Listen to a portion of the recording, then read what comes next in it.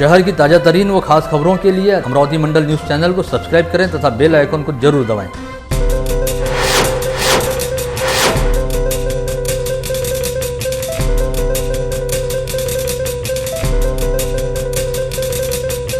नमस्कार, दैनिक अमरावती मंडल के मंडल news bulletin में आप सभी का स्वागत है। आइए पेश करते हैं आज की कुछ खास खबरें।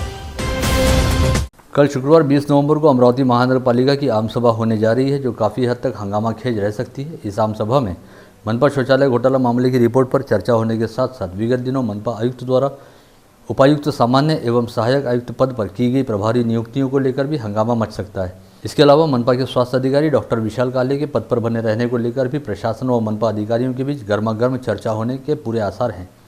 मनपा की आम सभा से एक दिन पहले इस संदर्भ में जानकारी हेतु संपर्क किए जाने पर मनपा आयुक्त प्रशांत रोडे ने कहा कि उन्होंने शौचालय घोटाला मामले को लेकर अपनी रिपोर्ट पिछली आम सभा में रख दी थी, जिस पर उस समय चर्चा नहीं हो पाई। ऐसे में उम्मीद है कि इस बार वह रिपोर्ट सदन के पटल पर रखी जाए और उस पर चर्चा हो। साथ ही इन दिनों मनपा में 2 अधिकारियों की प्रभारी उपायुक्त व प्रभारी सहायक आयुक्त पद पर की गई नियुक्ति को लेकर मचे हंगामे के संदर्भ में सवाल पूछे जाने पर निगमायुक्त प्रशांत रोडे ने कहा कि मनपा में प्रशासनिक कामकाज को सुचारू रखने और उन कामों को पूरा कराने की उनकी अपनी जिम्मेदारी है और उन्हें अपना काम पूरा करवाने के लिए अपनी टीम में काबिल व सक्षम लोगों की जरूरत है।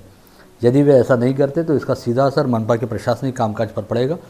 निगमायुक्त रोडे के मुताबिक अमरावती मनपा में सभी अधिकारी व कर्मचारी अपने अपने स्तर पर अच्छा काम करते हैं, इसमें कोई संदेह नहीं है, लेकिन उन्हें सरकारी योजनाओं, दिशा निर्देशों और इस हेतु किए जाने वाले कामों के प्रभावी क्रियान्वयन के लिए सभी बेहतर लोगों में से बेहतरीन लोगों को चुनकर उनसे काम करवाना है, वही वे कर रहे हैं। इस समय अधिकारियों की अस्थायी नियुक्ति को लेकर मचे हंगामे के संदर्भ में पूछे गए सवाल पर निगमायुक्त रोडे ने कहा कि उनकी अपने काम के अलावा किसी अन्य बात में कोई रुचि नहीं है। विधान परिषद सीट हेतु निर्वाचन क्षेत्र में होने जा रहे चुनाव में यदि किसी प्रत्याशी द्वारा अपने शपथ पत्र में अपने खिलाफ आपराधिक स्वरूप की कार्रवाई होने की जानकारी दी गई है तो उम्मीदवारी तय होने के दिन से मतदान के दिन तक प्रत्याशी सहित उन्हें प्राधिकृत करने वाले राजनीतिक दलों द्वारा इन आपराधिक मामलों की जानकारी को 3 बार सार्वजनिक तौर पर प्रकाशित करना आवश्यक रहने की बात निर्वाचन निर्णय अधिकारी व विभागीय आयुक्त पीयूष सिंह द्वारा स्पष्ट की गई है। विद्यार्थियों को ऑनलाइन तरीके से पढ़ाने के कार्य में मदद करने हेतु शैक्षणिक क्षेत्र में कार्यरत कुछ निजी एजेंसियों ने पालकों से शुल्क वसूल करना शुरू किया है। साथ ही निजी शालाओं ने भी इन एजेंसियों को इस शुल्क वसूली के लिए खुली छूट दे रखी है, जिसकी वजह से निजी शालाओं में अपने बच्चों को पढ़ाने वाले अभिभावकों को आर्थिक लूट का सामना करना पड़ रहा है, जिसे लेकर संबंधितों में जबरदस्त रोष व संताप की लहर व्याप्त है। शहर की कई निजी शालाओं ने ऑनलाइन पढ़ाई के लिए मोबाइल ऐप उपलब्ध कराने हेतु निजी एजेंसियों की सेवाएं ली हैं। इन एजेंसियों द्वारा अपने ऑनलाइन ऐप के लिए अभिभावकों से प्रति माह 400 से 500 रुपये का शुल्क लिया जा रहा है। साथ ही ये ऐप नहीं लेने वाले विद्यार्थियों को ऑनलाइन एजुकेशन देने से इनकार भी किया जा रहा है, जिसकी वजह से भारी भरकम फीस भरकर अपने बच्चों को निजी शालाओं में पढ़ाने वाले अभिभावकों में इस समय जबरदस्त रोष व संताप की लहर व्याप्त है। आगामी 23 नवंबर से सभी शालाओं व कनिष्ठ महाविद्यालयों में कक्षा 9वीं से 12वीं की कक्षाएं शुरू होने वाली है, लेकिन शालाओं में उन्हीं विद्यार्थियों को प्रवेश दिया जाएगा जिनके अभिभावकों द्वारा इसके लिए अपना सहमति पत्र दिया जाएगा। शेष विद्यार्थियों के लिए ऑनलाइन पढ़ाई का काम जारी रखने का निर्देश सरकारी स्तर से दिया गया है। इस बारे में शिक्षा अधिकारी एजाज खान ने जानकारी देते हुए बताया कि सरकारी निर्देशानुसार शिक्षा विभाग अपने काम पर लग गया है और अभिभावकों से उनके पाल्यों को शालाओं में प्रवेश देने हेतु सहमति पत्र लिए जा रहे हैं। जिन अभिभावकों द्वारा सहमति पत्र लिखकर दिए जाएंगे, केवल उनके पाल्यों को ही शालाओं में प्रवेश दिया जाएगा। इसके अलावा सभी शिक्षकों व शिक्षकेतर कर्मचारियों को आगामी 23 नवंबर से पहले अनिवार्य तौर पर अपनी कोविड टेस्ट कराने का निर्देश भी दिया गया है। कोरोना संक्रमण के खतरे को देखते हुए विगत 23 मार्च से समूचे देश में लॉकडाउन घोषित किया गया था, जिसके तहत सार्वजनिक आवागमन के सभी साधनों को अपनी अपनी जगह रोकते हुए यात्री परिवहन सेवाओं को बंद कर दिया गया था। ऐसे में अमरावती से मुंबई के बीच चलने वाली अमरावती मुंबई अंबा एक्सप्रेस भी बंद कर दी गई थी। वहीं अब अनलॉक की प्रक्रिया के तहत जहां एक और समूचे देश में सार्वजनिक परिवहन के साधनों की सेवाओं को बहाल करते हुए कई रूटों पर रेल सेवा शुरू की गई है, वहीं अब तक अमरावती मुंबई ट्रेन को शुरू किए जाने के संदर्भ में भारतीय रेलवे बोर्ड व मध्य रेल विभाग द्वारा कोई निर्णय नहीं लिया गया है। ऐसे में जहां एक और विगत 8 माह से यह ट्रेन बंद रहने के चलते रेलवे को करोड़ों रुपयों का नुकसान का सामना करना पड़ रहा है, वहीं दूसरी ओर स्थानीय व्यवसायियों व उद्योजकों सहित यात्रियों को भी अच्छी खासी दिक्कतों का सामना करना पड़ रहा है। इस बात के मद्देनजर महानगर यात्री संघ के अध्यक्ष अनिल तरडेजा ने मध्य रेलवे के महाव्यवस्थापक से मुलाकात हेतु समय मांगने के साथ ही चेतावनी दी है कि यदि जारी माह के अंत तक अमरावती मुंबई ट्रेन शुरू नहीं की गई तो दिसंबर माह में बडनेरा रेलवे स्टेशन पर रेल रोको आंदोलन किया जाएगा। अमरावती मुंबई एक्सप्रेस के साथ ही महानगर यात्री संघ द्वारा अमरावती जबलपुर ट्रेन को भी शुरू किए जाने के संदर्भ में प्रयास किए जा रहे हैं। ये जानकारी देते हुए अनिल तरडेजा ने बताया कि कोरोना काल के दौरान बंद की गई जबलपुर ट्रेन अब जबलपुर से नागपुर तक चलाई जा रही है। इस ट्रेन को अमरावती तक चलाने में क्या दिक्कत है ये समझ से परे है, जबकि अमरावती से इस ट्रेन को अच्छा खासा ट्रैफिक मिला करता था। वहीं ट्रैफिक नहीं रहने के बावजूद शुरू की गई अमरावती तिरुपति ट्रेन को आंध्र प्रदेश से वास्ता रखने वाले केंद्रीय रेलवे राज्य मंत्री के दबाव में आकर शुरू किया गया है, जबकि इस ट्रेन से रेलवे विभाग को इस समय कोई विशेष आय भी नहीं हो रही।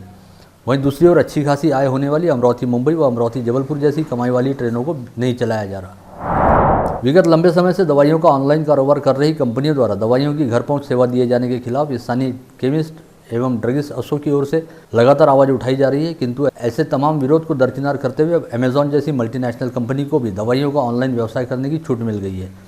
इस संदर्भ में अमरावती महानगर चेंबर के अध्यक्ष सुरेश जैन तथा रणरागिणी महिला फार्मासिस्ट फाउंडेशन की अध्यक्षा भारती मोहकार के मुताबिक अब कोई भी व्यक्ति घर बैठे दवाइयों के ऑर्डर अमेजॉन पर भेज सकेगा और अमेजॉन द्वारा संबंधित व्यक्ति को घर पहुंच दवाइयां उपलब्ध कराई जाएंगी, किंतु अन्य वस्तुओं की तुलना में दवाइयों का यह ऑनलाइन व्यापार और घर पहुंच सेवा काफ़ी हद तक खतरनाक साबित हो सकते हैं, क्योंकि कई दवाइयां ऐसी होती हैं जिन्हें प्रतिबंधक श्रेणी में रखा जाता है और इन दवाइयों की डॉक्टर की पर्ची के बिना बिक्री नहीं की जाती। साथ ही कई दवाइयों के मामलों में मेडिकल स्टोर वाले डॉक्टर की पर्चियों को अपने पास ही जमा रख लेते हैं ताकि उस पर्ची के आधार पर उस दवाई को दोबारा न खरीदा जा सके। इसके साथ ही पर्ची पर दर्ज तारीख व डोज की मात्रा को ध्यान में रखते हुए उन दवाइयों की दोबारा बिक्री नहीं की जाती। लेकिन दवाइयों के ऑनलाइन कारोबार में इस तरह की एहतियात कितने प्रामाणिक तरीके से बरती जाएगी, इसे लेकर काफ़ी संदेह है। इसे आधार मानते हुए स्थानीय केमिस्टों, ड्रगिस्टों सहित फार्मासिस्टों का कहना है कि इस तरह से दवाइयों का बाजार अनियंत्रित हो जाएगा, जिसके काफ़ी घातक परिणाम भी सामने आ सकते हैं। अतः दवाइयों के ऑनलाइन व्यापार को तुरंत प्रतिबंधित किया जाना चाहिए। इस समय संभाग के शिक्षा क्षेत्र में जिस तरह का वातावरण है वह शिक्षक निर्वाचन क्षेत्र में महाविकास आघाड़ी की ओर से प्रत्याशी बनाए गए श्रीकांत देशपांडे की जीत के लिए बेहद पोषक है। साथ ही श्रीकांत देशपांडे के साथ उनके द्वारा विगत 6 वर्षों के दौरान किए गए कार्यों की ताकत भी है, जिसके दम पर श्रीकांत देशपांडे की जीत पूरी तरह से सुनिश्चित है। इस आशय का विश्वास राज्य के उच्च और तकनीकी शिक्षा मंत्री उदय सामंत ने जताया। शिक्षक आघाड़ी के अध्यक्ष तथा महाविकास आघाड़ी के प्रत्याशी के तौर पर विधान परिषद सीट हेतु शिक्षक निर्वाचन क्षेत्र का चुनाव लड़ रहे श्रीकांत देशपांडे के प्रचारार्थ अमरावती के दौरे पर आए उच्च व तकनीकी शिक्षा मंत्री उदय सामंत ने स्थानीय हनुमान व्यायाम प्रसारक मंडल में आयोजित प्रचार सभा में हिस्सा लेने के बाद यहां बुलाई गई पत्रकार परिषद को संबोधित करते हुए उपरोक्त प्रतिपादन किया। विगत दिनों अकोला के बालापुर में मेडिकल व्यवसायी सुभाष अग्रवाल हमेशा की तरह अपनी दुकान में बैठे थे। इस समय कुछ असामाजिक तत्वों ने उन पर ईंट और पत्थरों से लैस होकर हमला बोला, जिसमें सुभाष अग्रवाल बुरी तरह से घायल हो गए। साथ ही अज्ञात आरोपियों ने चाकू का भय दिखाते हुए उनके गले से नगद रकम भी लूट ली। इस घटना के चलते बालापुर सहित अकोला जिले एवं संभाग के सभी व्यापारियों में भय का माहौल है। ऐसे में प्रशासन ने इस घटना को गंभीरतापूर्वक लेते हुए अग्रवाल पर हमला करने वाले लोगों को तुरंत गिरफ्तार करना चाहिए और व्यापारियों की सुरक्षा को सुनिश्चित करना चाहिए। इस आशय की मांग का ज्ञापन भाजपा व्यापारी सेल की ओर से जिलाधीश शैलेश नेवाल को सौंपा गया। जिले में गुरुवार 19 नवंबर को कोरोना के 53 नए संक्रमित मरीज पाए गए। इसके साथ ही जिले में कोरोना के कुल संक्रमितों की संख्या 17,070 पर जा पहुंची। गुरुवार को RT-PCR टेस्ट में 41 और रैपिड एंटीजन टेस्ट में 12 लोगों की रिपोर्ट पॉजिटिव आई है। पॉजिटिव पाए गए लोगों में 2 अल्पवयीन बच्चों सहित 31 पुरुषों और 20 महिलाओं का समावेश रहा। इसमें अमरावती शहर के 29 और ग्रामीण इलाकों के 24 लोग शामिल हैं। इसमें से 13 संक्रमित मरीज परतवाड़ा व अचलपुर परिसर से पाए गए हैं। विगत लंबे समय से कोरोना संक्रमण की रफ्तार काफ़ी सुस्त थी और लंबे अरसे बाद कोरोना संक्रमितों की संख्या ने एक बार फिर उछाल मारा है। राज्य विधान परिषद की सीट हेतु अमरावती निर्वाचन क्षेत्र से होने जा रहे चुनाव में मताधिकार प्राप्त रहने वाले दिव्यांग एवं कोरोना संक्रमित शिक्षक मतदाताओं के लिए डाक मत पत्रिका की सुविधा उपलब्ध कराई गई है, जिसके लिए सभी संबंधित मतदाताओं को अपने अपने जिलों के जिलाधीश कार्यालय से 22 नवंबर से पूर्व संपर्क करना होगा। इस आशय की जानकारी सहायक निर्वाचन निर्णय अधिकारी संजय पवार द्वारा दी गई। वहीं दूसरी ओर निर्वाचन निर्णय अधिकारी और संभागीय राजस्व आयुक्त पीयूष सिंह ने विलासनगर स्थित शासकीय धान्य गोदाम में बनाए जा रहे मतगणना स्थल का दौरा कर वहां चल रहे कामकाज का मुआयना किया। बता दें कि शिक्षक निर्वाचन क्षेत्र हेतु आगामी 1 दिसंबर को मतदान की प्रक्रिया होगी और 3 दिसंबर से इस चुनाव की मतगणना विलासनगर परिसर स्थित शासकीय धान्य गोदाम में बनाए जा रहे मतगणना स्थल पर की जाएगी। कोरोना काल के दौरान अनाप शनाप राशि के आए बिजली बिलों को माफ करने की मांग को लेकर भाजपा की ओर से शहर के विद्युत भवन के समक्ष ऊर्जा मंत्री का पुतला जलाते हुए विद्युत भवन की बिजली आपूर्ति बंद करते हुए आंदोलन किया गया। इसके बाद आंदोलनकारियों की ओर से राज्य के मुख्यमंत्री उद्धव ठाकरे को निवेदन भेजा गया। साथ ही चेताया गया कि जनता को अंधेरे में रखने पर सत्तारूढ़ पार्टी के सभी विधायकों के घरों की भी बिजली आपूर्ति बंद कर दी जाएगी। स्थानीय बिच्छू टेकड़ी परिसर निवासी मोहसिन खान नामक ऑटो चालक एक परिवार को अपने ऑटो से नांदगांव खंडेश्वर छोड़ने गया था। वहां से अपने दोस्तों के साथ नानसावंगी तालाब पर घूमने गया, लेकिन जब वह देर रात तक वापस घर नहीं आया तो उसके परिजनों ने उसकी तलाश करनी शुरू की और पुलिस में शिकायत दर्ज कराई। पश्चात की गई खोजबीन में इस युवक का शव नानसावंगी बांध से निकलने वाली नदी से बरामद हुआ। फिलहाल ये पता नहीं चल पाया कि मोहसिन खान इस बांध में कब और कैसे गिरा। साइबर अपराधियों ने लोगों को लूटने के लिए एक नया पैतरा मार्केट में उतारा है। यह पैतरा ऐसा है कि किसी अनजान अपराधी द्वारा आपके व्हाट्सएप पर एक लिंक भेजी जाती है, जिससे आपके व्हाट्सएप से आपका 1 मिनट के लिए कंट्रोल हट जाता है। इसके साथ ही आपके व्हाट्सएप कॉन्टैक्ट पर जितने भी नंबर सेव हैं वह सभी नंबर उस लिंक पर चले जाएंगे। साथ ही आप धोखाधड़ी का शिकार भी हो सकते हैं। ऐसे में साइबर सेल ने सभी लोगों से अपने मोबाइल पर आने वाले किसी भी अनजान लिंक को नहीं खोलने की अपील की है। मूर्तियापुर के कंजारा टी पॉइंट के पास राज्य महामार्ग के किनारे आज सुबह 55 वर्षीय व्यक्ति की संदिग्ध अवस्था में लाश पड़ी हुई दिखाई दी, जिसे लेकर कई तरह की अटकलें लगाई जा रही हैं। मूर्तियापुर शहर पुलिस ने घटनास्थल पहुंचकर शव को पोस्टमार्टम के लिए मूर्तियापुर स्वास्थ्य केंद्र भेज दिया है। मामले की जांच जारी है। फ्रेजरपुरा पुलिस थाना क्षेत्र के वडाली में रहने वाले अब्दुल अकील नामक व्यक्ति पर बुधवार की सुबह 10 बजे करीब 6 से 7 लोगों ने लोहे के पाइप और चाकू से हमला किया था। इस मामले में फ्रेजरपुरा पुलिस ने 7 लोगों के खिलाफ विभिन्न धाराओं के तहत मामला दर्ज किया है। वहीं 3 आरोपियों को हिरासत में लिया है। हिरासत में लिए गए आरोपियों में सैयद सरफराज, सैयद नासिर, सैयद तुरान और एक महिला आरोपी का समावेश है। स्थानीय अपराध शाखा की टीम ने आज पठान चौक परिसर में संदिग्ध रूप से हथियार लेकर घूम रहे 2 आरोपियों को हिरासत में लिया, जिसमें से एक आरोपी के पास एक पिस्तौल बरामद की गई है।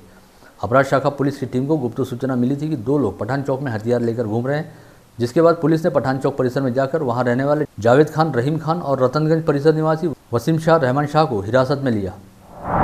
अचलपुर मार्ग स्थित रेलवे स्टेशन गेट पर एक अज्ञात व्यक्ति का शव मिला है। 2 दिन पहले जयस्तंभ चौक से बस स्टॉप मार्ग पर अनुज स्टील के पास भी एक अज्ञात व्यक्ति का शव पाया गया था। रेलवे स्टेशन गेट के पास मृतावस्था में मिले व्यक्ति की हत्या हुई है या आत्महत्या है, इस बात की पुलिस द्वारा जांच की जा रही है। रहमापुर पुलिस थाना क्षेत्र में आने वाले कापूसतल्ली में एक व्यक्ति के बैंक खाते से अज्ञात व्यक्ति ने 1,22,140 रुपये की रकम उड़ा ली। जानकारी के मुताबिक कापूसतल्ली निवासी रवि सरदार ने एक्सिस बैंक पुणे से 2,97,153 रुपये का व्यक्तिगत कर्ज लिया था और वह यह कर्ज चुका रहा था, लेकिन इसी बीच अज्ञात व्यक्ति ने उसके बैंक खाते से 1,22,140 रुपये की रकम उड़ा ली है। रहमापुर पुलिस मामले की जांच कर रही है। योधा पुलिस की गश्ती टीम ने बुधवार को तांदुड़ा फाटे के यात्री शेड के पास नाकाबंदी कर मोटरसाइकिल से अवैध रूप से गौमांस ले जाते हुए दही हांडा के कुरैशी नगर निवासी आरोपी शेख मूसा शेख यूसुफ को हिरासत में लिया। आरोपी के खिलाफ विभिन्न धाराओं के तहत अपराध दर्ज किया गया है। इसी के साथ आज का बुलेटिन यहीं समाप्त होता है। कल दोबारा आप सभी से मुलाकात होगी ऐसे ही कुछ खास खबरों को लेकर। तब तक के लिए नमस्कार।